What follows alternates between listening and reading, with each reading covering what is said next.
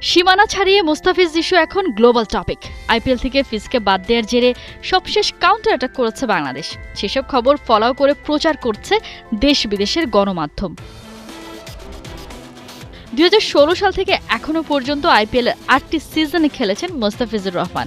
গায়ে জড়িয়েছেন Sunrisers Hyderabad, Mumbai Indians, Delhi Capitals, Rajasthan Royals, Chennai Super কিংসের জার্সি। এই সিজনে অপেক্ষায় ছিল কলকাতা নাইট রাইডার্স। তারই মধ্যে কিনা গেল শনিবার বিসিসিআই সচিব দেবজিৎ সাইকিয়ার এক অনুরোধেই বলা ভালো নির্দেশে মুস্তাফিজকে মুহূর্তে রিলিজ করে দেয় কেকেআর। এরপরই যেন আগুন জ্বলে ওঠে, ডেকে নিয়ে বাদ দিয়ে দেয়া। এই ঘটনায় শুধু ফিজ নয়, গোটা বাংলাদেশের অহমেই আঘাত লাগে। কারণ একটাই, মুস্তাফিজ মানেই তো বাংলাদেশ। এরপর থেকে এক মুহূর্তের জন্যও বাংলাদেশ সরকার পিছপা হয়নি, বরং ভারতের চোখে চোখ রেখে কথা বলেছে।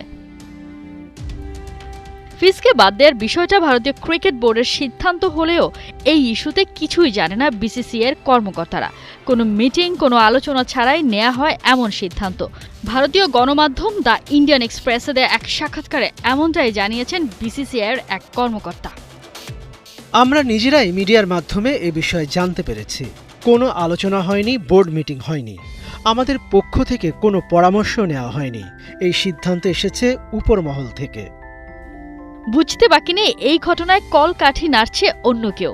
সাম্প্রদায়িকতার বিষবাষ্প ছড়িয়ে এই দুই দেশের ক্রিকেটে ঢোকানো হয়েছে পলিটিক্স।